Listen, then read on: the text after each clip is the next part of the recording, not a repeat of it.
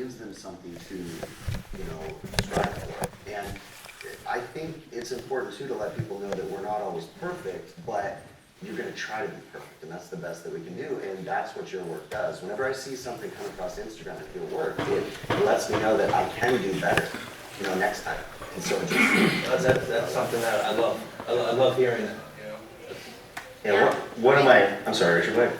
No, I was going to say same thing. I'm piggyback off of Chris with the younger crowd. My apprentices, my kids coming out of high school where Instagram is the platform, he inspires them. I mean, him and Flynn with the photo in front of the furnace with their arms crossed. My apprentices are doing that. And Aaron, but my younger apprentices are following this, right? And as a business owner, this is amazing for my company because I got guys out there wanting to do quality work because they're excited to wake up and go to work every day because they're seeing what these badass guys are doing on social media. And they're like, oh, you know what? I'm going to Jeff J. Dem the shit out of this install, which is great for me because I promote, right? Our brand at AGS is quality. We want to, everything from the equipment that we're installing to our installation. It's all about your work, taking pride in what you do, and that's what these guys do for my apprentices, which thank you very much, because, I mean, it's a little bougie, it's a little extra. We're making about 345 bends coming out of the house, but that's okay, because that's what the customer's paying for and getting. So yeah. Thanks, guys. And I was actually, I've witnessed people walk up to Chris, like when we were in Las Vegas. Like Chris and I were sitting down having a drink together, just enjoying some music and stuff, and this guy came up and just started geeking out. Like, oh my God, Chris Stevens, And this is the problem, right? It's not really a problem, but it is kind of a problem, is that everybody on this stage doesn't realize the influence that they have over hundreds, if not thousands of other HVAC people, right? Zach Desjardins is a huge one, right? Everywhere we go, people are walking up to him. And I was telling him, you're a celebrity, bro. Just like I tell you, dude, you don't realize, man, you don't realize. And having humility is great, but you also have to take a minute and realize that what you do and what you say has an impact on people, which means that you kind of have to start treading lightly sometimes, right? And be cautious of what you say because you can definitely push people in the wrong direction. Yeah. So it's interesting to see just the impact of just random strangers walk up and just be like, dude, I've been watching your video. You told me something last night. Why don't you share that? Which one? About you said somebody changed their career. Oh yeah. I've had. I put me on the spot. I don't like to talk about this. It's all good. But I tell friends, but it's all good. So yeah, I've had a few people reach out to me and say, hey, I was in a weird place, and my big platform is YouTube, and the YouTube algorithm just randomly started recommending my videos to other people. So I got a big influx of IT people and automotive people, and that happened about 3-4 years ago. And then all of a sudden, someone walks up to me at a trade show and he's like, yeah, I was in a weird place and I changed careers and I've been doing this for 3 years now. And it's like, that hit me because the stress and the anxiety, because I have all kinds of problems and the stuff I deal with and the pressure I feel that I put on myself for posting content, I just helped fill one person. Like one, and maybe there's more. And all of us probably do that, and we don't even know that. The true impact of social media right now, I don't even think we've even realized. And I said that at the Tactical Awards, we have not realized it. We've only scratched the surface of what's happening here. I agree. I don't think we really identified how much leverage social media or influence is going to have and in what ways it's going to affect the industry. 6-7 years ago when I started posting on Instagram, I'll tell you, it was probably solely for affirmation. Hey, look what I can do. And it shifted. In fact, I lost my passion for the industry along the way. People go through things. You're just talking about a guy that was in it. And I stopped posting for well over a year. And then one day I just decided to take on a project because at the core, I love this business. I love this industry. And I think if you're doing good work, you have to be passionate, right? I think what sparked me was, was Mike. I was reading an article one day and there was this guy that I used to follow. I'm reading this Viega article. But halfway through it, I'm not a big reader, but there I was reading away. But halfway through it, I was reading it because it was about him. I was interested in that, right? And it's influencing me to read. Hey, great, that would have gone well in school. But I get halfway through this article and they say, you're a big social media influencer. who do you find to be influential to you? And I mean, at this time, he's exploding at 60, 70,000 followers. And it said, at Bond_Aaron is one of my, it blew my mind. And this magazine was like 8 or 9 months old. We like you, bro, just for the record. Actually, like it was actually good. I was actually impressed. And then we ended up at the Centro there and I met Jeff. And listening to Jeff talk about, you know, it wasn't about money. It wasn't about affirmation for him like it was for so many other people. He genuinely wants to help people in this industry. First, I kind of thought, I just follow it. There's more. And he said, you know, I get back to everyone that messages me. I'm trying to influence this industry for the better, making positive change, and it was inspiring. And it really drove me to become really active with social media again, so thank you. Yeah, I don't think we really could have asked for, or even intentionally created a better group of people to throttle the industry forward, you know? Like if we would have forced this, it would not be what it is. Yeah. I'm pretty confident of that. I agree. So organically, just the way that this whole thing has evolved has just been incredible. You know, when I got on social media, I was like, oh man, I want to try to be the face of HVAC. And then I logged on, I was like, whoa, I'm way late to the party. You know what I mean? Like, there's all kinds of guys on here killing it, you know what I mean? And Chris on YouTube and Aaron, man, you've been in the game forever, bro. Not saying that you're old. Not saying that you're old. But you know, I mean, the work that you do is just incredible, man. And you got stuff down to a science, and you're always working with like the latest, greatest tech. I mean, there's a lot of people who look up to you, and myself included. And yeah, 100%, 100%. I think there's an incredible amount of mutual respect between all of us. But Bond is, I mean, not Bond, YouTuber, but I'm talking about Flynn. Mike Flynn, I mean, another one, right? I mean, you've been a powerhouse, man, and part of this movement. And it's been really interesting to see the growth that not only that you've done over the last couple of years, but the growth that you've forced everybody else to do over the last couple of years. I mean, just the amount of guys coming up to me at AHR and be like, listen, you know, you and a couple of people are the reason why that we want to do better work. And honestly, when I started it, you know, posting my work in 2015, it was only about that. Like I got, you know, HVAC Creators guy, Howard Mechanical, Aaron, of course, all these guys I got on here and I was like, damn it, like I need to be better. I need to up my game, I need to be more educated, and that's what it was. And this is what it turned into. So as far as go back and forth, and we all feed off each other, right? We all have ideas, and I always say this is because back in the day, you only have one person that you learn from, right? That you're working with, or you know, if they switch you around in the company, it's fine. But now you have thousands of people to learn from, and it honestly makes it that much easier to pick up, you know, okay, I like this, I'm gonna try this, I like this, I'm gonna try this, and all implement it into your work, and it's absolutely amazing. And if I may, like the community that's on Instagram is just so supportive. You can reach out to anybody and they'll help you. It's incredible, especially somebody like me starting out, I'm still an apprentice. The help is unreal. I think there's two, this is my opinion, and you may not agree with me, but I'm pretty confident this is where the rubber meets the road. I think that there's two major problems in our industry. Number one is lack of education, and number two is ego. And I think if you can lay down your ego, you'll quickly realize that how much you don't know, right? And I think that cost of entry into the community is laying down your ego. So there's no room. I mean, I've just a couple weeks ago, I told the guy, go back to Facebook, this is a community, right? Just came in just crazy, right? And what we've all done is really lay down the ego and really say, hey man, we want to help each other. Iron sharpens iron, right? Help each other be better, help each other push forward, and together as a unit, as a team, throttling this community, throttling this movement, right? Where we're reigniting the passion of what this industry really should be. And it's never been a competition. Never. That's, just to make that perfectly clear. No. Like we're all here to up each other. Yeah, what people don't realize, and they see us all on different channels and users and all this other stuff, is like, we all hang out together. Yes. I mean, we're drinking drinks together, we're eating together, like we're having a good time together. We are all friends, right? There's no like behind the scenes, like, forget that Chris Stevens, you know? That Aaron guy has too many followers, how do we compete with that, you know? So we're all a team and we push together. I think it's worth bringing up too, though, the different types of platforms, like with YouTube and Chris being able to teach people, like truly teach people, and the entertainment value that we can pull from each other and everybody's content is important. And it's important for the industry because it builds up and it shows people whether they're younger or they're going to switch trades.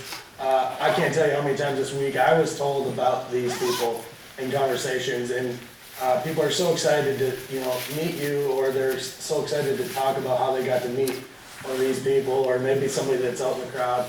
It's really uplifted, sure, but the ability to utilize these platforms for not just promoting, but also teaching. So like a lot of what we do at AHR are the breakouts, these types of sessions where we can learn from each other, or there's technical tracks you can get in on. We're kind of doing little bits and pieces of that. These people are every single day on their platforms, and they're really trying to not just show that you can do a better job and elevate the trade as a whole, or your part of the trade, but they're also teaching people tips and tricks like you've talked about, Jeff, Mike, Aaron, everybody. But like over on YouTube, like is there a better platform for any of us as a resource to go out and if anybody in the crowd has not used YouTube, I'm sitting in the wrong room, because I'm gonna tell you right now, everybody does, right? Yeah. And so it's not just, hey, we're doing this, we're having fun, because that's important. It is. But we can teach each other real life skills like that actually get us out of the jam. Like at the HVAC Tactical Awards, Ben, you hand out the Lifeline Award for the tech, best tech, that is the Lifeline. There are people in this industry that reach out to people like us and others that really need, for a lifeline, because they're gonna teach somebody something. That's what you're able to do on YouTube. And Jeff, when I look at your pictures, like, I learn something every single time. Yeah. Whether it's a video or a picture of your installs, I learn, whether you're intending me to learn from you or not. And I try I didn't know where I was going when I started this whole social media thing, but what it's evolving into is I struggled in my career to learn. Manufacturers' installation instructions. If there's manufacturers out here, I love you guys to death, but they don't speak to us. I'm a technician.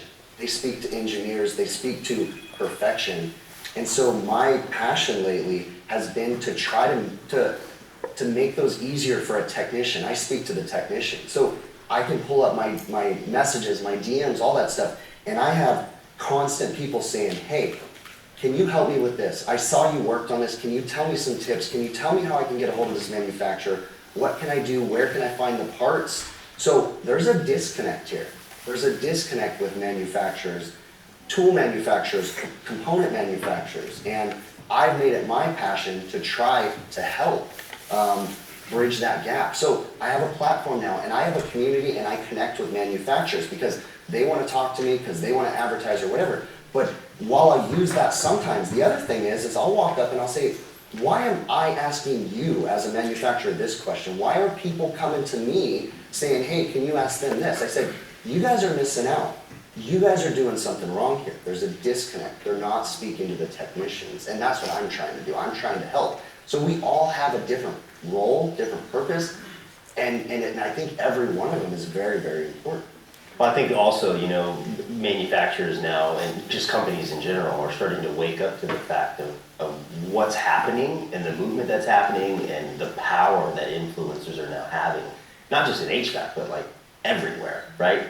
Makeup companies, hair dryer, all this stuff, right? It's crazy. But I also think that, and again, please don't take this the wrong way, I feel like this industry, though, is struggling to get on board. 100%, 100%. But the proof is in the pudding. When we're walking around AHR, you get 6 of us in a booth together, and all of a sudden it just becomes like a magnet, right? People just start assembling. And then so now these companies are going like, man, what's going on over there? How come nobody's at our booth, right? Everybody's just, this is a crazy party that's happening here. And that's because influencers showed up and they brought their whole crew with them, and they just crowds draw crowds, right? And so I think HVAC companies now are starting to wake up to the fact like, hey, we really need to rethink this whole strategy. And the old guard, as they're beginning to step out of the picture, the new guard starting to take over and say, hey, this is something that we really need to grab. And there's still a place for the old ways too. For But sure. we have to find a happy medium between the two, because we can still speak to the older generations that are still in the trade, but we also need to speak to the younger generations. This trade for the longest time was not friendly. Nobody shared. Everybody was afraid to share their knowledge. And I tell this to people all the time, share everything you have. We are so hungry for technicians right now that if you're competent, if you're a good person and you have skills, you will be employed for the rest of your life, no matter how much of your knowledge you share. So many people were afraid because they thought they were going to be replaced. I've gotten emails saying, I paid a lot of money to learn this, stop giving it away for free. And to that person, I said, I'm so sorry you did, but guess what? I paid a lot of money too, and I don't want the next guy to have to pay a lot of money. There's no reason for that, because he can go to social media and he can learn it for free. Yes, sir. On that point, you know, as a manufacturer, how else can we work to support you and help you and work with you in a positive way? What are you guys looking for from us, and how can we provide that? I would say, you know, okay, you guys can connect with us and we can give you feedback and say, but don't take it the wrong way.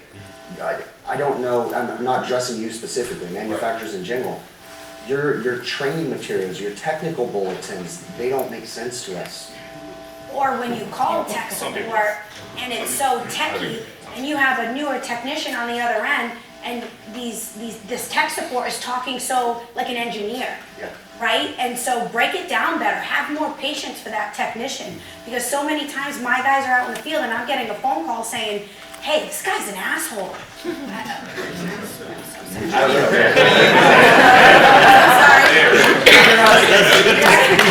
Social media people, they're Capacity you're talking about, because you asked how you could work with us, and my assumption is that you mean as a group of influencers, how does a manufacturer work with them effectively? And I think that some of the answers are leaning more to, you know, you can adjust your tech support and stuff. I think that that's outside of kind of the social media realm and the influence that we have as a collective. What I'm not seeing currently with manufacturers, first what I am seeing is that they hire somebody out of college and they go, oh, they're young, so they're good at social media, so we'll make them, they'll just run our social media account. And 2 years later, you have 300 followers that are not engaged at all. And so my question to you would be, as a manufacturer, what resources have you allocated to develop that department and grow so that you have systems where groups of influencers can come and work with you? There's a few companies out here that are starting to really understand how to do it, and they're setting up brand ambassadors and they're running events.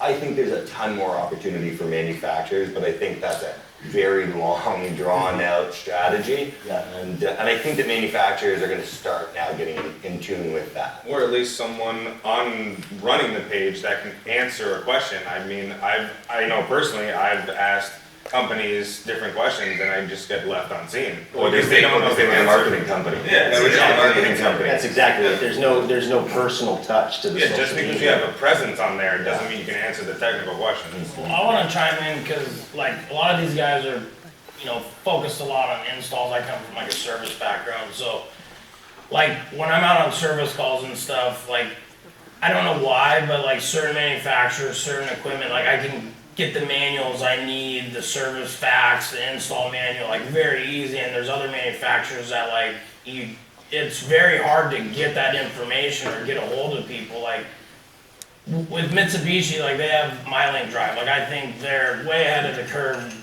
on any other, VRF manufacturer, because I go to MyLink Drive and I can literally get any piece of information I need, tech tips, videos, install manuals. So, because I deal with a lot of service, that's my background, and that's like one of the biggest problems I run into. And I know Blue On has came out with an app for, trying to get manuals and stuff like that and information, but like I haven't had good luck with that. I don't know, it's a piece of equipment that I'm on, and I don't know how you get that information out there, right? Like I don't know how that works, but that's like my biggest thing. And the support and tech support. Like we're out in the field, like we don't want to sit on hold for an hour or 2 hours. Like Lennox is like notorious for like sitting on hold. Like you see people post on Instagram all the time. Lennox tech support, hour 45 minutes. Like What about this as a manufacturer, just to, touch on strategy for a second? If we're all on these platforms and we're essentially, through a lot of technicians, playing free tech support for manufacturers regularly, if you want presence and you want relevance, why don't you gear your social media to offering that tech support, to set up link trees that have all of your product categories and manuals? Have somebody that's present for video tech support. Like, offer video tech support from a manufacturer, you'll start becoming relevant real quick amongst us. And that's one thing with the community we build here, like, we know what, like, you work on and what you do and what you do. Like, we can reach out to each other, like, personally or through Instagram and get probably better tech support than a lot of the other, through the manufacturer, right? So I think really what it boils down to kind of answer your question is we don't necessarily have one thing, right, that's gonna answer that. But what I do feel is that you're going to, in order to be different, you have to be different, right? And that's always been my perspective from running multiple companies. It's like, well, I want to do what nobody else is doing, right? And if you're just kind of, as a manufacturer, just doing what all the other manufacturers, because that's just the way that it's done, well, are you any different? Why should we do business with you, right? Why should we be influencers for you, right? I was just going to point to you. Eric made a fantastic point. I watched a video not that long ago, and you said just because we've been doing something for 30 years doesn't mean that we should be doing it that way, right? Yeah. And go ahead and expand on that. Well, thanks, man. To address your question, and I know we're going on and on, there's a lot of ideas. Right now, every manufacturer has assigned their social media to a marketing role, right? And marketing reports to sales, correct? I mean, that's a pretty good summation of how social media is used by the manufacturers, by the brands. We're out here representing ourselves, and we might do that in a lot of different ways, and our drive is different. I don't think any one of us would say that we're not trying to sell what we're doing. Right. But if your approach as a manufacturer is to utilize these platforms, and the excuse is, well, we have to be there because everyone else is, well, I think you're there with the wrong people. I think you're there with your sales team, and you need to be there, if you're talking to us and you want to reach us, your customer, I think you need to be there with your tech team. Okay, so it's a different way to use the platform. Now, I understand that every corporation, your number one thing is to sell your product.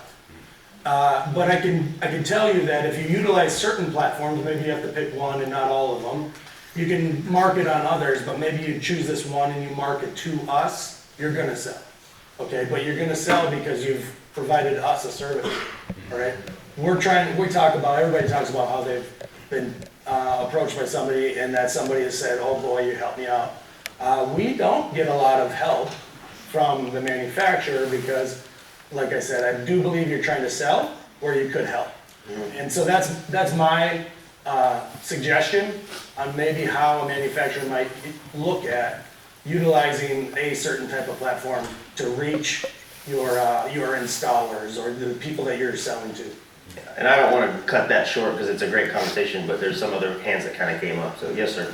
Yes, I am on YouTube and LinkedIn, and I would like suggestions from you how to increase my traffic to my content. What type of content do you make? As an engineer, promoting the prevention of business disease, which can be transmitted by cooling tower. Oh, yeah. Okay, so first, this is a very broad answer. There's a lot of answers to this, okay? You're gonna have to do research. The research for days, you're gonna have to learn about algorithms. You're gonna have to learn about hashtags, okay? But the best advice, and this is gonna change from every one of us. My advice, the way that I approach it is probably different than everybody else. And please, nobody take this the wrong way, but I don't try. I'm me. Genuine. I'm genuine.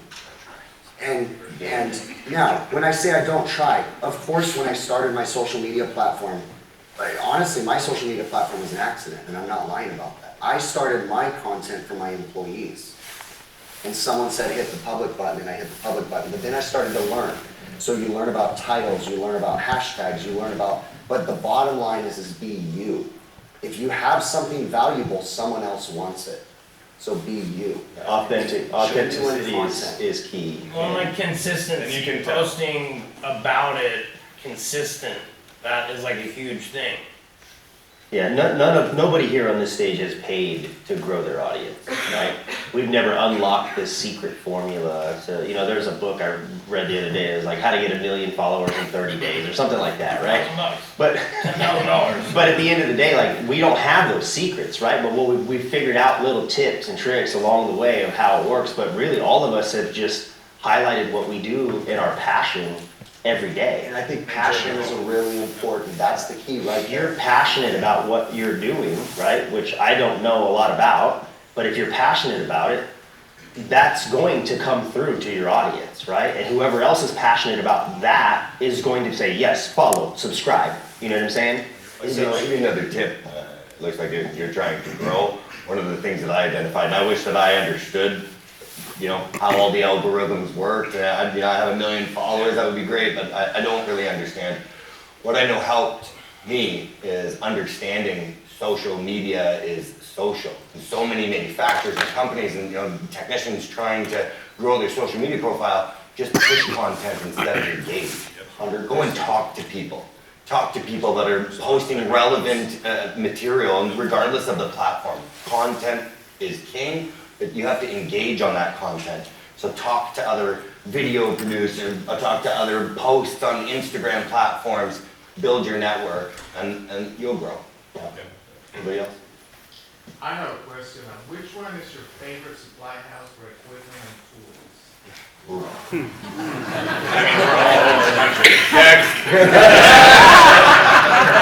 Honestly, like, I don't have a favorite supply house. It's whoever can provide me value and who gives me good prices, but at the same time, I'm not gonna name them, okay? But the supply house in my region, I pay more than every other supply house.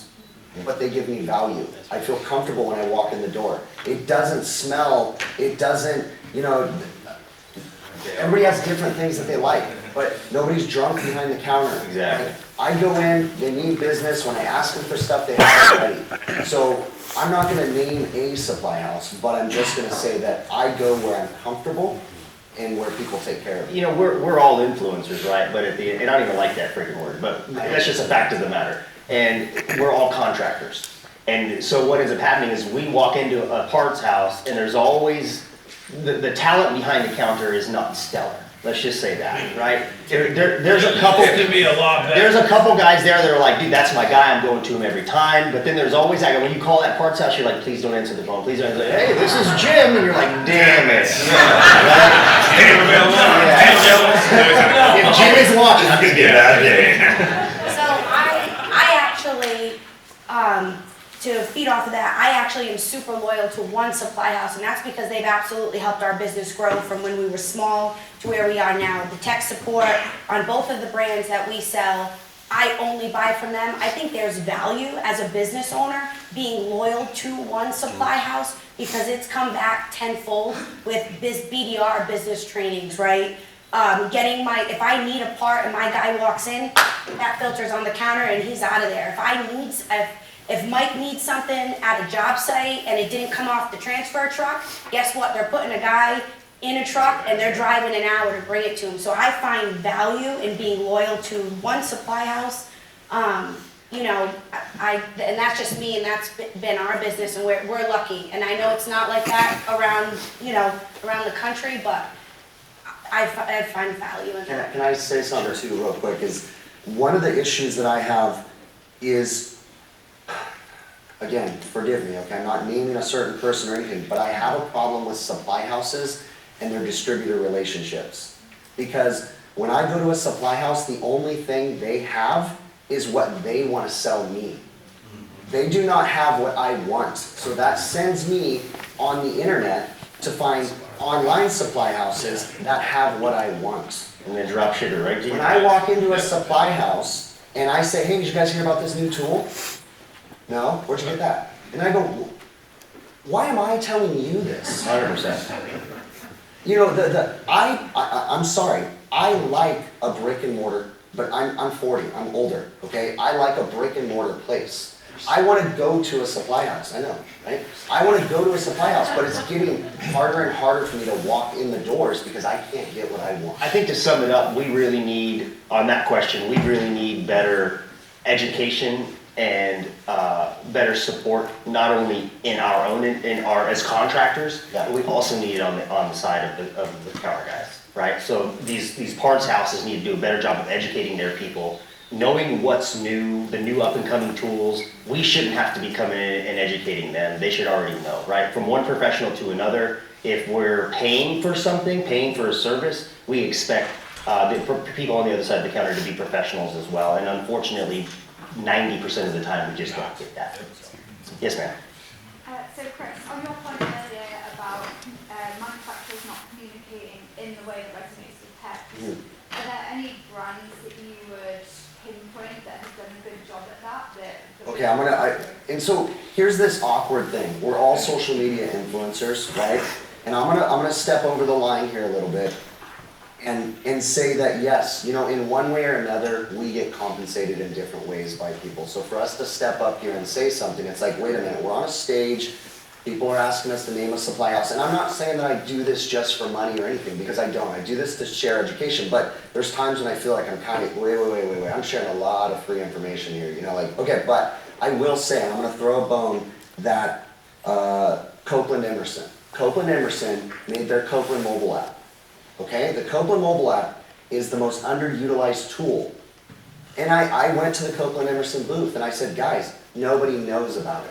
It's amazing. I walk into supply houses, piggybacking on what we said. Ben mentioned that the supply house, you know, unfortunately there's a lot of people that don't know what they're doing, okay? I walk in and with the Copeland mobile app, I can find all the part numbers I need for their compressors. I can literally, at my supply houses, I don't even talk to the counter guys. I walk right into the back and I grab the parts. In fact, I can show the counter guys where the parts are. When I say, sometimes I'll throw them a bone, hey, can you get me this? Because I run into Jimmy or John and I'm like, oh, great.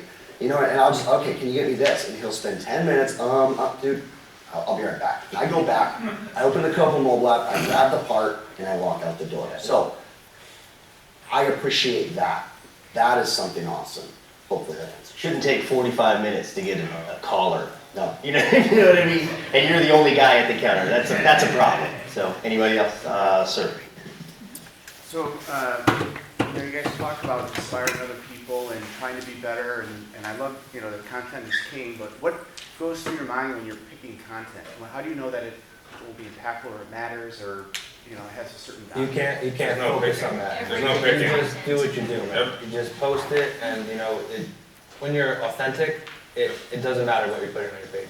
Yeah. Because people just want to see it. I think you get less likes when you try. Yeah. It's Try. crazy. And You picking said is that. just picking the video that we're gonna put out because we're just filming what we do or we're posting the install that we did today. There's no picking. It's like I'm rolling through my phone. Oh, I have this video. Oh, I have this video. Oh, I have this video. It's not like I'm actually trying. I'm just setting up my phone, filming what I'm doing, or taking an install, putting something in. I'll tell you this, there are some people that are really good at planned posts and planned content. They're few and far between, the ones that are good at it. The ones that have large, massive followings are usually more organic. I tried to manipulate the system, I tried to play it, I grouped tons of influencers together, I said, let's make this content and cross-post it just to analyze the analytics of it, and it bombed.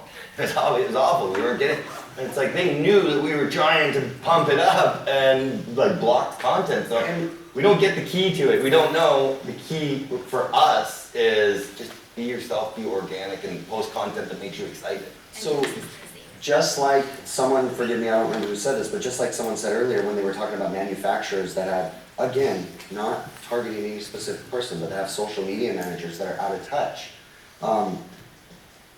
People look to me, look to everybody up here for a different reason, but the one thing is they are subscribed to that person. See, people come for my personality. For a while, I would just put out boom, boom, boom, right? And then I realized, like, it wasn't me. I needed to put myself into there. So I put little things in there like, you know what, it's regulated, and I'm a little stressed out. I'm exhausted. And I found that my viewers, for me, liked that. They related to that. And they could say, you know what, I have to go on those late night calls too. and they appreciate that. So at the same time, while I'm sharing information and I'm giving knowledge out, they're also looking for me. So for me, I can't do planned content. This addresses your question on the content and content is key. How do you decide? And then earlier, how do you grow your audience? I agree with everything that's said, but I will say how I've always approached it is just, authenticity is very important, but I believe if you understand who your audience is, okay, and then it sounds like, oh, that's of course you have to understand your audience, but that honestly is the most important thing. And then don't ignore your audience. So like, maybe you're gonna focus growing an audience on the importance of the safety of a cooling tower and the diseases that I don't know anything about that either. But you have to develop that audience and develop content that is focused on that. It's almost laser focused in a way that Tim in the audience here, he tries to educate like tech tips, like really, and he's focused on that. He doesn't talk about other things. You don't see him really talking about anything but that type of content. When I see a video from Tim, it's gonna be about technical advice, technical ways, I can't even, the words are leaving me right now, but the point is don't go all over the place. Just stay focused on what you believe you're trying to build that audience and what they are looking for. Because if you're trying to build a broad audience, like a really broad audience, then you're kind of ignoring the people who are probably there for the stuff you were good at. You can't be good at it all, you can be good at a few. Yeah, it's like saying, well, hey, we're after HVAC guys. Well, that's pretty broad, right? Well, I'm after HVAC guys who give a shit. Well, that narrowed it down, right? I'm after guys who give a shit and are passionate about their trade. Well, now we're like this, right? So, and that's what we're all doing. So that's to sum it up, right? Know your audience. That's kind of what we're getting at, so. Who was before? Me. Okay, go ahead. I have a question for Eric. So what types of audiences do you see like engaging with your content? And second question, do you have a strategy behind on what you're posting? I guess the type of content I post varies in that we're lucky to be able to travel around to different shows. And we do that so that we can show the newest things that are coming out, a lot of focus on like tools that are related to what I do every day. I do the same thing in that, like, if you're authentic and you talk about something that interests you. So that's how I've always approached it. If it interests me, I feel like the people have chosen to hit that follow button. They must be interested in similar things. And then as far as strategy goes, is like, do you mean like, do I post a certain amount of times in a week or things like that? Yeah, well, beyond that, just do you have like captions in your videos? Do you have specific call outs throughout your post, or do you use keywords, like stuff like that, from high level to just low level? Yeah, high level, I think that in most cases, your time, I wouldn't say it's wasted, but all the platforms want you to create video content, right? And so if you understand that, then you want to learn what you're comfortable with. And what I got comfortable with early on, or kind of earlier before it became a real big trend, was the captions. So like on the video, because I realized that when we have sound, most people don't have the sound on their phones, and they're looking at you from a mobile device. And then B, there's a huge audience that can't hear, okay, and literally just they have lost hearing. So the subtitles on the videos can actually be super helpful to an entire audience, and that's why I started doing those, because people, whether you're on the couch and you're Netflixing or whatever, and you don't want to disturb everybody in the room with the sound on a video, you can read it. But then there was a whole audience so it's just knowing your audience, and for me, the frequency was I just post something every single day, whether it's short or I just find useful. And if I thought that content was going to be like entertaining or useful in my job, then I know I've realized that over time that there other people do too. Thank you. Yes, sir.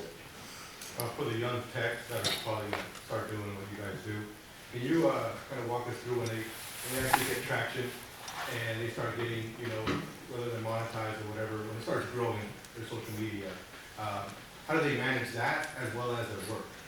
Right? So Work when you're in comes the field, first. You're doing your job, how do you manage both? We ask ourselves that question all the time. I think I've sent out messages like, how do we get work done? Yeah, you don't keep your sanity. No, young techs need to focus on work. Work comes first. I'm a business owner. I can balance it, I make the decisions. Honestly, I will not let my technicians film because they do not control and they do not keep the location secret. They do not, there's, no, not happening. Focus on work. Yeah, but safety is number one too. Yes. For the young tech, starting, you know, if you're gonna make a video and you're gonna set your phone up and you're gonna start using tools and things like that, you're worried about what that video look, you know, like, let's talk about safety for a second. Be safe, be smart, right? I'm a little different. I'm a little different. I'm like, where's your phone, man? Let's go. I hear guys complaining about young techs standing on their phones and not doing work. I've listened to that for 10 years. And I feel like as business owners, we dominantly just don't understand how to connect with this younger generation. And how we sit here as social media influencers and allocate the time to do it ourselves and then have this expectation that they shouldn't when we reap benefits from doing that. So me, I promote it. I say, I want you to have a phone. I want you to be an influencer. And can you hold my camera while I do this too? That's why I hired him. I mean, like for me, like, I mean, I get what they're saying, what Juan's saying. Like I don't think it's a problem if you're being safe and you're aware and you have your phone and you like record something, you know, real quick or whatever, a little tip.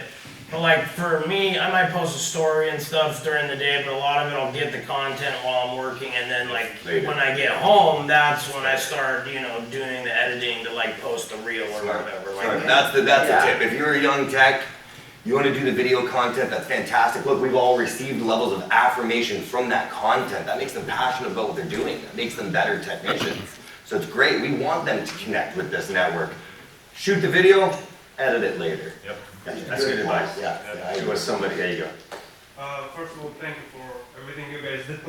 Please keep on doing it. And my question is, what aspect of business does the content creation helps the most?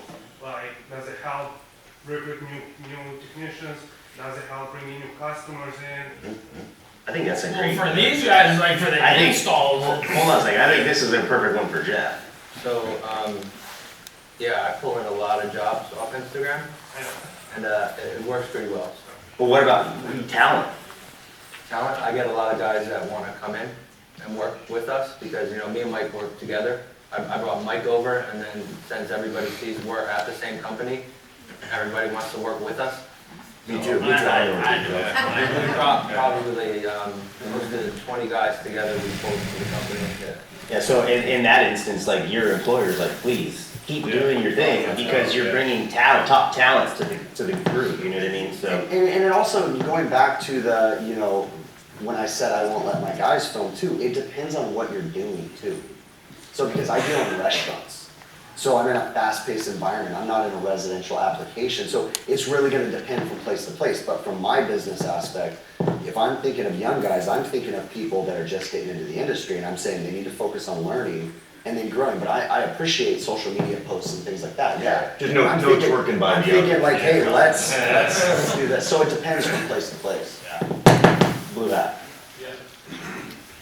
I've actually installed certain things after watching some of the content that you guys have done. So as for manufacturers, that's also a benefit that you guys are putting out there. Kind of do it correctly, yeah. Yeah. For sure. Matt? How many of you are commercial versus residential? I'm commercial. Commercial. I'm 50-50, I'm commercial and residential. I've been in a commercial. Obviously, you see that it's beneficial, and you do this as a business owner for your Instagram. We're in the commercial industry, dealing with restaurants primarily, so I'm just trying to figure out the good balance between the residential and, you know, keeping things secret. Not all of our customers want to be posted out there, so just trying to get a good visual on how to differentiate. I think there's also different kinds of content that you can put out for commercial. Like you don't have to show the whole project. You can zoom in on a couple of things that you can post and then utilize that. Yeah, don't show the name of the building, Yep. right, don't show the Yeah, address. no location. Things like that, yeah, there's easy ways to not disclose stuff like that. And every one of us too has a different reason for doing this, and for me, and to each their own, but for me, I don't ever wanna take someone's job, okay? So I don't wanna put out content that's gonna tell Johnny homeowner how to do this entire process. Now granted, he's probably not gonna do it right anyways, but still, for me, but each one of us is gonna have a different answer to almost every one of these questions, you know? So I keep my content for technicians. My content is it's still for my service technicians, and then other people benefit from it. But we all have a different approach, and there's nothing wrong with any one of our approaches either. They all work, I mean, proven, right, proofs and Yes, it all works. yes. Amanda's been super patient, what's up? I was just gonna ask if we could meet Omar since he came late. Oh, yeah. Oh, you called me out. Omar, we were just all early, buddy. No, they shut down the highway, I guess, they shut down the highway. Where were you staying, Florida? He drove home.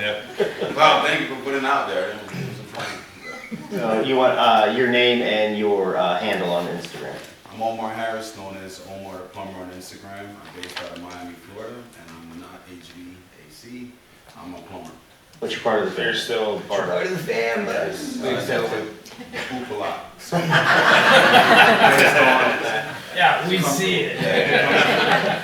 Coming into the trade, I basically, you could say, Eric was my mentor, so from the very beginning, I've been following Eric, Flynn, Mike, a lot, so that's how I based on like what you said. All natural to grow your audience, none of the fake stuff, none of the fake shit. Be yourself, just like how you're yourself at home. What I realized with my content, a lot of people like seeing poop. You know what I'm saying? Well, my audience likes seeing, you know what I mean? Likes to see how to set toilets and do wall hung toilets and everything, and we learn from each other. I can't tell you how many times I call Eric and he picks up. I can tell you how many times.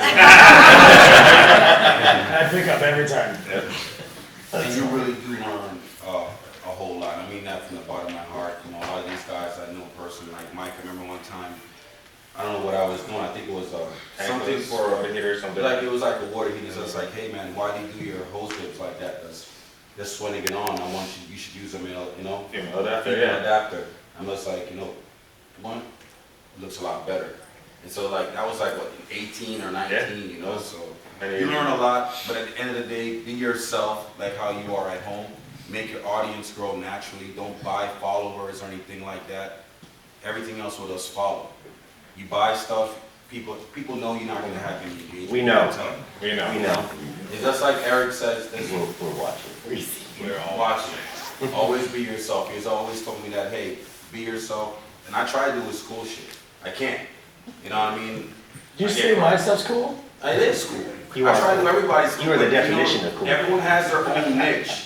You know what I mean? So I can't do what none of these guys do. I'm gonna keep it real. It's complicated shit. But I know what I know how to do very well. You know what I mean? So There's a lot of questions. We all do something very different, but we're all after the same goal. Yep. So, this gentleman back here. Yeah, what I love about the Instagram community, especially you mentioned, it's very supportive and everyone, loves each other. And I gotta say, my MySpace page is banging right now. How's Tom doing? There's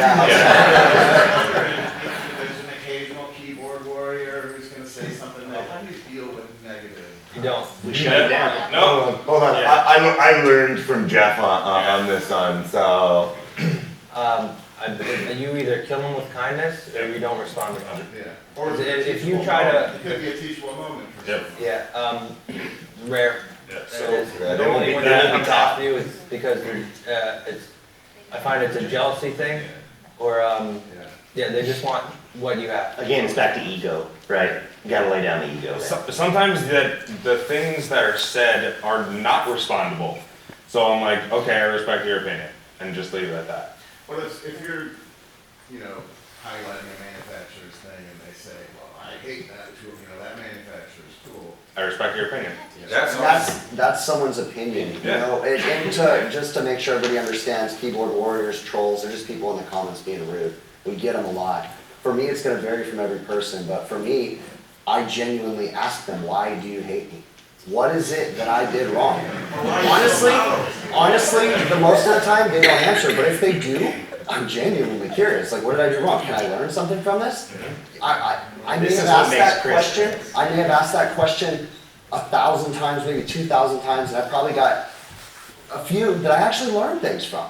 So I'm genuine, but most of the time they're trolls. But yeah, I will kill them with kindness or maybe a little passive aggressive something, but that might be whatever it is. I struggle with not engaging negativity. Because I'm like, yeah, let's go, buddy. And then my wife will be like, are you going to do anything? I'm in the middle of Aaron wrestling.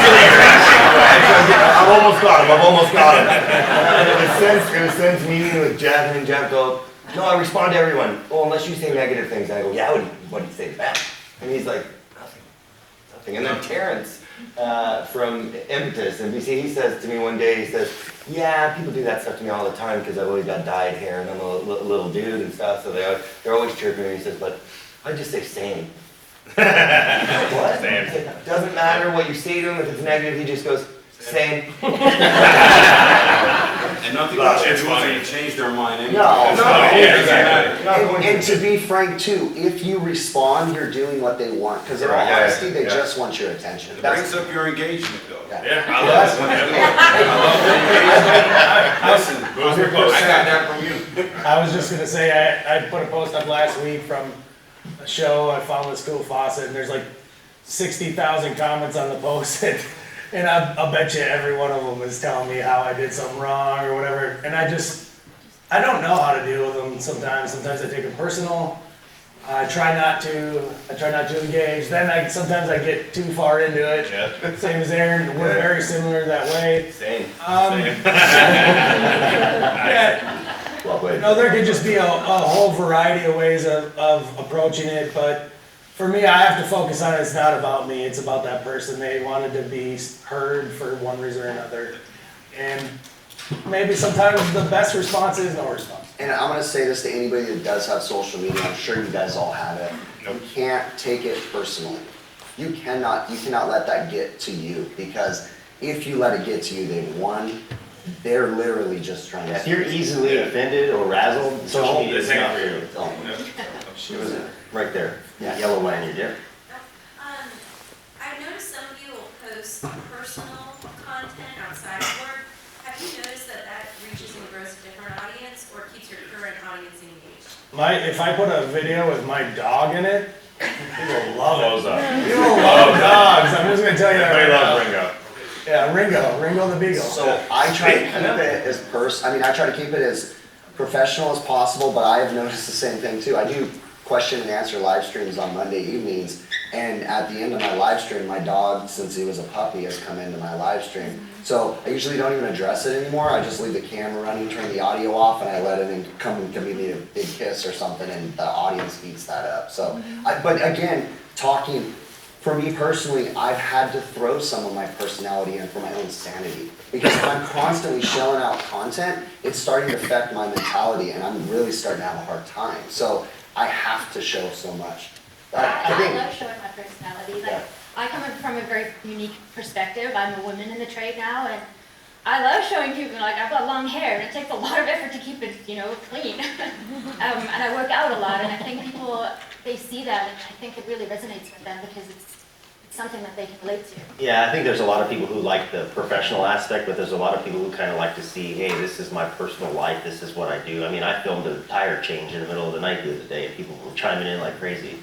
Stupid. I mean, but it is what it is, right? It's real life. We're human. It just happens. So. Hi, so I have two questions.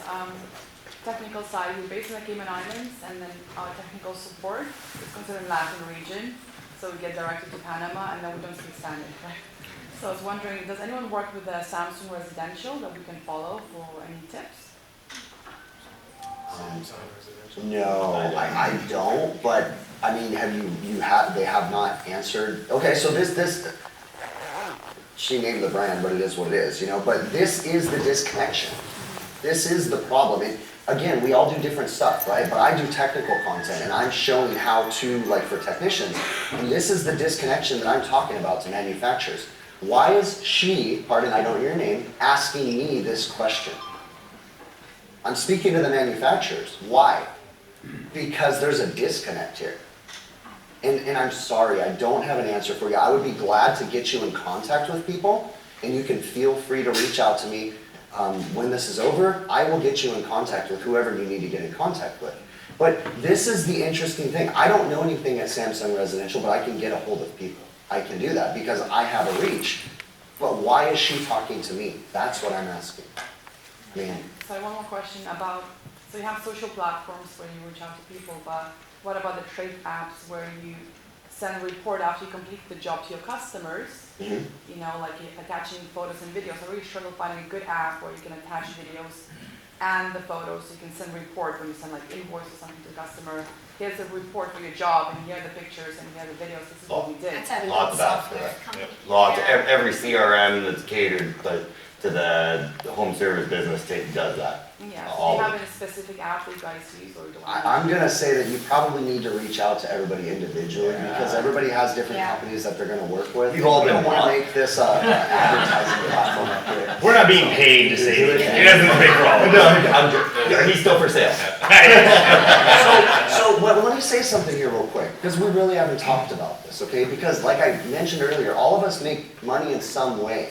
So for me, I'm not e-begging or anything. What I'm saying is that when I work an 8 to 10 hour day, I go home and spend 3 to 4 hours a day editing content. And I'm sure we all do that in some sort of fashion. And as manufacturers, if we're out there being the person that is going to communicate with, she already said it, Samsung Residential, what am I getting from this? I love helping people, but it's going to take another half hour of my time. And again, this is not about money, but it has to be said that, you know, manufacturers want to know how to change, embrace social media. Embrace social media and communicate. And again, Ben mentioned earlier, I know that manufacturers have to make money and all that different stuff, but you know, with a social media manager at a manufacturer, they need to stop being so marketing and sales focused and communicate with some of us too. But they need an open dialogue with us, is what needs to happen. There's a lady in the back. Hi, I was in the same room as Omar, so I remember this question has been asked. Actually, a two-part question. One, how, if you are the social media manager at a manufacturing company, how do you get a hold of people like you to be able to ask those questions, to be able to connect better with the audiences? Because yes, we do want to make great products that are making people's lives easier. You know, I think- for the homeowner and obviously for the technician. I think that's a pretty straightforward answer, is that we don't hire marketing people to run our social media platforms. So when you DM us, we're the ones who respond. So, and we typically respond unless we get asked some just bullshit stuff, We so. want to hear that information to improve our stuff. So it's, that's really like, how do we get hold of more contractors? And like, But sometimes manufacturers don't. Like so many manufacturers, we openly message you and say, hey, you guys should do this, and we won't even hear back. Yeah, crickets. Yeah, lots of manufacturers. I'm not here to beat up manufacturers. I feel like we've done a little bit of manufacturing. Oh, we're not? I thought this was. No, but Label drone. That's the next hour. And getting a hold of us, direct message, any of that stuff, almost all of us in, like for instance, YouTube has show notes. I mean, there's some sort of, on our Facebook pages, Instagram pages, we all have contact information. You just have to go on the social media and you know, reach out. And my second part question was, is there like specific hashtags that y'all see that work better? Don't use hashtags. That's the $1 million question. No, there is a good one. It's hashtag HVAC. bond_Aaron. That would be really well done. Like, the lingo changing also in the industry, is there any change in that, because terminology changes all the time? Well, I want to say Or something, creating that change? and I want to say something real quick about the hashtags. Hashtags, we don't control hashtags, and that's the disconnect between social media. Hashtags are what people are searching for.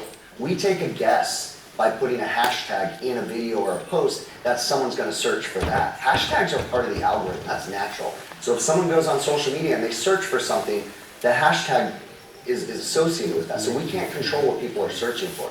If you make a product that people are interested in, well then, we're going to be lucky if that, I mean, you're going to be lucky if that becomes a hashtag. Is it certain questions that you're seeing a lot out there from other technicians that are really looking for an answer to that Yeah, and that's gonna be dependent, so I make refrigeration videos, so for me, walk-in cooler repair, walk-in freezer repair, common sense, like stuff geared towards the content that I make is what works for me, but again, it's gonna change for everyone. Me, it's hashtag it's a mindset, hashtag master your craft. Like those are my type of hashtags because I'm trying to push this movement, whereas not so much trying to push repairs on something specific. So Hashtags aren't using the algorithm for, on Instagram or Facebook, or even in YouTube to promote and put content in front of other people. They are used in TikTok, so the nitty gritty is they do not matter unless they are followed by people. So you can find hashtags that have a certain amount of following.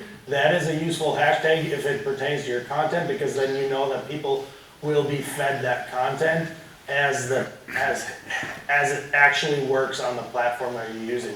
But show notes are this. On YouTube, they mean nothing. On Instagram and Facebook, they really mean nothing unless they are followed. So I hope that answers your question too. You just have to pick hashtags that people actually follow, because otherwise they don't mean anything. hold up, ma'am, hold on a second. You've got like 6 questions in. We still got. I hate to be that guy, but I got to be that guy. So any other questions? Yes, sir. I come in then, and this is great, I was with Omar, so a few minutes later, I hope I didn't get an answer already. As a manufacturer, and in this social media space, is it important, and I know you've already answered this, so this is a little segue, is it important to have a manufacturer handle in here? I think every one of you has said, be yourself, be who you are, be real, right? And so I think I've answered my own question in saying that's not important at all. But from your end of things, finding those people, connecting with those manufacturers, does that have relevance?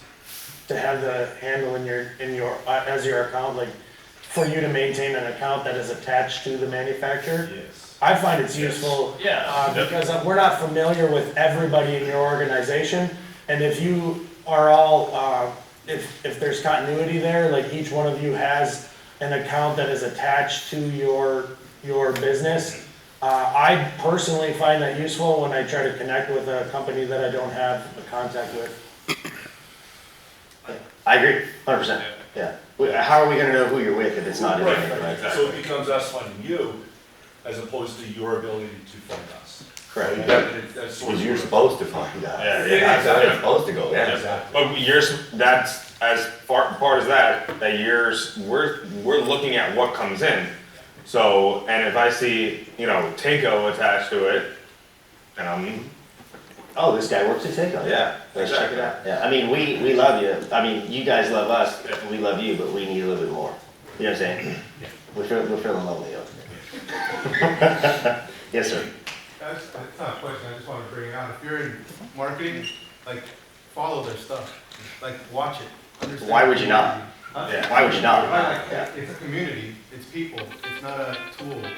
They live lives, right? Just like us, so we just need it. Did you just call me a tool? yeah. Sure did. Back to that as well, you can't automate the engagement side, you have to put in the time and actually pay attention and actually respond to it as relevant rather than using some automated bot service to respond. Yeah, if I send a message, just the other day I sent a message, I say, man, I really like this, I would like to maybe collab with this, right, this particular product, and I get a response, thank you for checking us out or whatever, and it's been like weeks, just crickets, and I'm just like, okay, clearly you don't care. There's an interesting one this morning from AHR.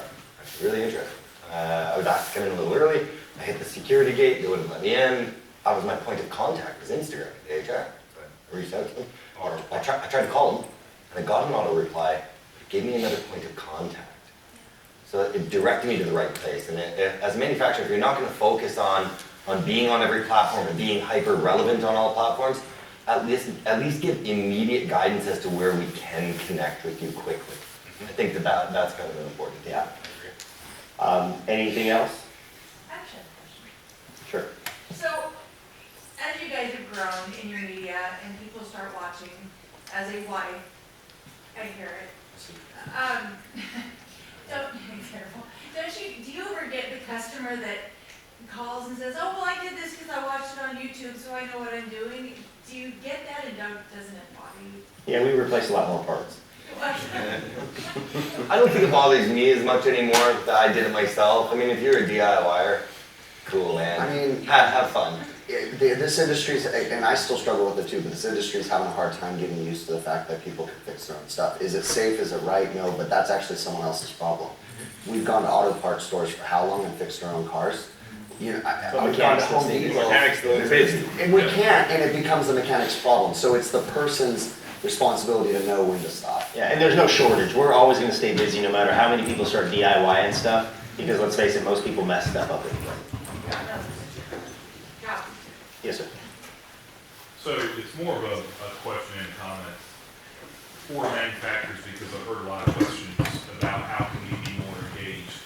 If you have somebody who tags you on a post, if you're a manufacturer, if I really like the tool that I'm using or the product that I'm using, and I tag you on a post, engage back. Yeah. For God's sake, like who do you have monitoring your Instagram? Yeah, at least give me a like or something. Right, like repost it, message me back saying thank you, because you've got a product that I'm excited about, and I'm not asking to collaborate with you, I'm not asking to be a sponsor, I'm just trying to get the word out there, hey, this product is really good for my line of work.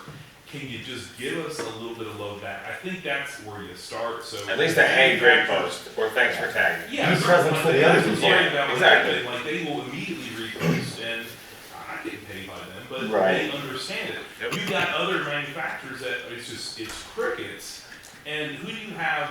I think you, as manufacturers, you need to think about who you have monitoring your Instagram, your other social media.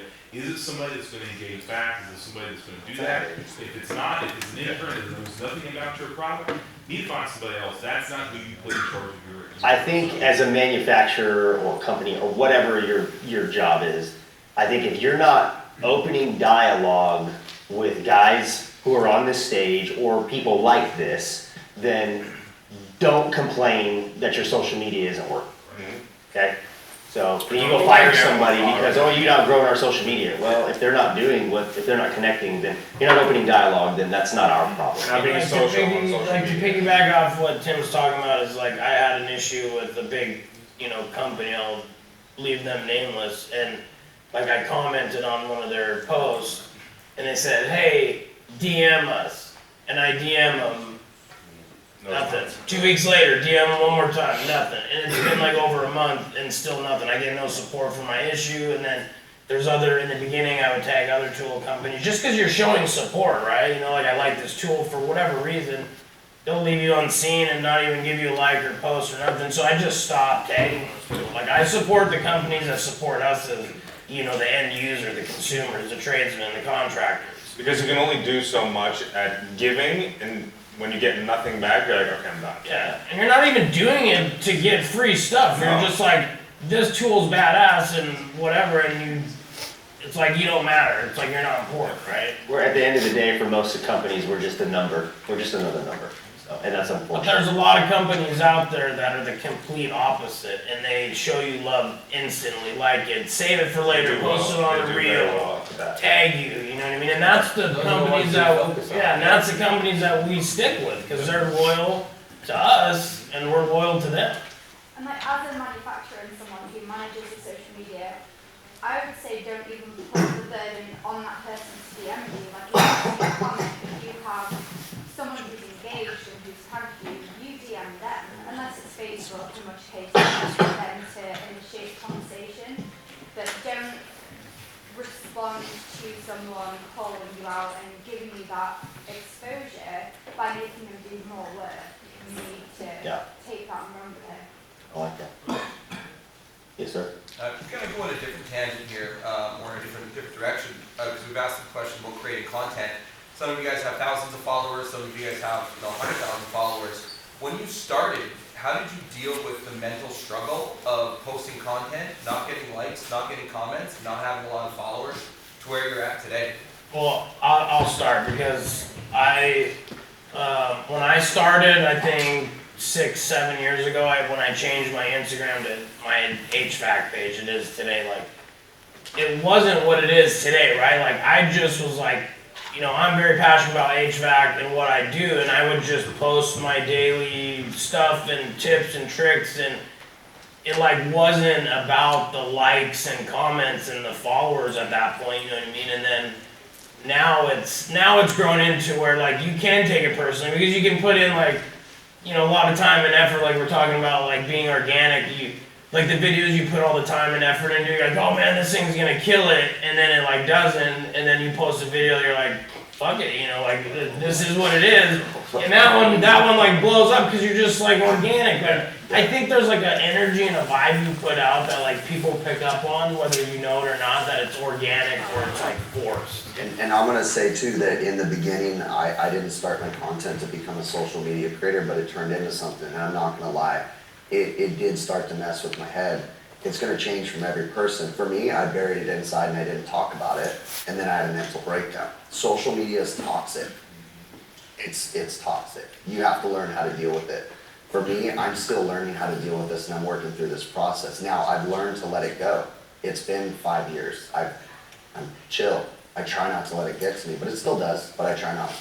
Yeah, I struggle too. I struggle with the confidence in, is anybody gonna, what I'm posting relevant, right? As a woman, business owner, you know, I'm in the commercial application or a new construction as an estimator, or, you know, what am I gonna post? Does anybody really care about what I have to say? And so then you're like, you know, so I struggle with the confidence part. But that's where the passion comes from, I think. If you're, Yes, yeah. if you're really passionate, it doesn't matter Yeah. who's seeing it, it doesn't matter how many likes you're getting it. You're just putting it out there because you want to. So, and that helps, and I'm gonna go out of my comfort zone and share something right now. So, and I don't like talking about the things that make me happy or whatever, but I was doing a live stream recently and I got an email and I saw it on my computer, and it was from a teacher, and I'm listening to my friends as they're talking, and I'm reading this email and it says, can you sign an autograph? For me, I have problems. Autographs are the most weird thing in the world, and I don't do that. I'm sorry. I'll send them free merch. I just don't do autographs. Okay? Don't ask me for an autograph, by the way. But no. Anyways, I started reading the email, and then it was long story short. A special education teacher said that his autistic student came to school one day and told him how he watches my channel and described how a walk-in cooler works. Now this is a child that's having a hard time. He found what worked for him. That email, and I'm shaking because that email it broke me, because that made it all worth it. That's cool. That made it all worth it. And I sent that kid every piece of merch that I had, and I signed a piece of paper for him. He's the only person I've ever done that for. And I have this picture saved in my phone of that little kid standing there with the shirt and the hat and everything, and that did it for me. So that helped me. Maybe there's a takeaway from that. People that, and I'm guilty of this too, I consume social media, but I don't interact and I don't comment. But here I am, a social media creator that appreciates interaction and comments. So I found that, like, hey, my goal for this year after I got that email is to start interacting. I normally wouldn't have done this. This isn't my comfort zone. This is the change. This is me. So I'm a real person, and I think we all are. Well, in fairness, I knew that this was out of your comfort zone, that's why I asked you to do it. Yeah, and you're lucky you did, because I would have never told that story, and I don't tell that to share. I don't like people thinking that I'm trying to gloat or anything, but that changed me. Yeah. The ones I love are the girls. My logo is a Tinkerbell with a wrench in their hand, and I love it when I get messages from people saying, oh, my daughter loves your sticker. Or, I love that. Awesome. Anything else? We're already over time. Yeah, I got one for ladies specifically. As women in the male-dominated industry, how does that affect the validity of the new pros and what challenges that you face? Because, you know, I'm a woman and I've worked in the male-dominated industry most of my career, and if we ask the question and give the correct information and maybe the correct suggestion or whatever, they're like, you know, I'm gonna go ask this guy. Oh, absolutely. Go ahead, Jess. I just try to be authentic and be myself. If I don't know the answer to something, I'll try to get it to them. I personally like to post things about my struggles and my successes, and trust me, I celebrate every success that I have.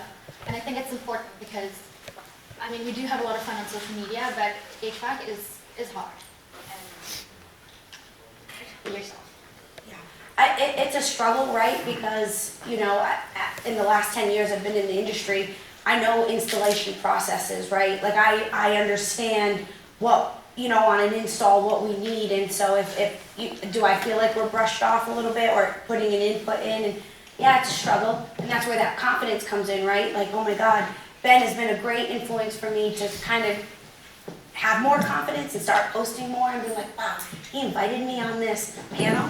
We got 900 followers, but he's putting me in a category with here, and that, thank you. Because I think that's why we need, Yeah. specifically as women, to be posting, to be putting ourselves out there, because we need to be seen.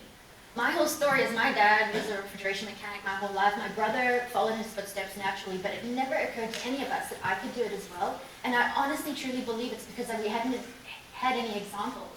I'd never seen a lady doing what my dad did. So how could I do that? And so that's why I post every day out, like, this is what I'm doing, this is what I'm struggling with, this is what I've overcome. Because if other people see it, they're like, oh, she can do it, why not? And that makes us believers, not just the young girls that are looking into the trade, us. And I'll tell you, third generation HVAC tech, my mindset was, admittedly, you guys can't do this. Like, grab an end of this. And it was such a flawed mentality, and social media has had a major influence in my thought, my view on women in the trade, and a huge advocate for it now, in part because of Jess and a lot of influencers that I watch that are in the industry, and I'm like, this woman is better than 3/4 of the text that I have. And we're not there yet. Like, we've got a long way to go, but the ball has started to roll. And that's the most important part. So let's just keep that momentum going, because one day, I'm part of an organization for women in HVAC. One day, we're not going to need that organization. Exactly. But you also, But we have to have it now because things are changing. Well, I commend you guys and your inspiration, and at Takeoff personally, we are all about women empowerment, especially in our organization. We would love to partner with you guys and do some stuff and really push some women's content. Your organization is literally led by a very powerful woman. And she's great. Yeah. yeah, and people like what's sitting on this stage are all in their corner. We're all about women in the trade. So I think It's never been a better time to be a woman in the trade. Absolutely. I want to be a woman in the trade. You can do that. I can do that. I'm a woman in the trade. We're gonna close out, but let me just tell you, because we're way over time. But let me just tell you that everybody sitting here is completely approachable, right? Whether it be on social media, via direct message, you know, slide into their DMs, as they say. But also in person, you can walk up to us and just strike a conversation. Go ahead, what's up, bro? Nobody slides in. Hey, quiet, I'm doing something. So, all right, good to go? Thank you guys so much for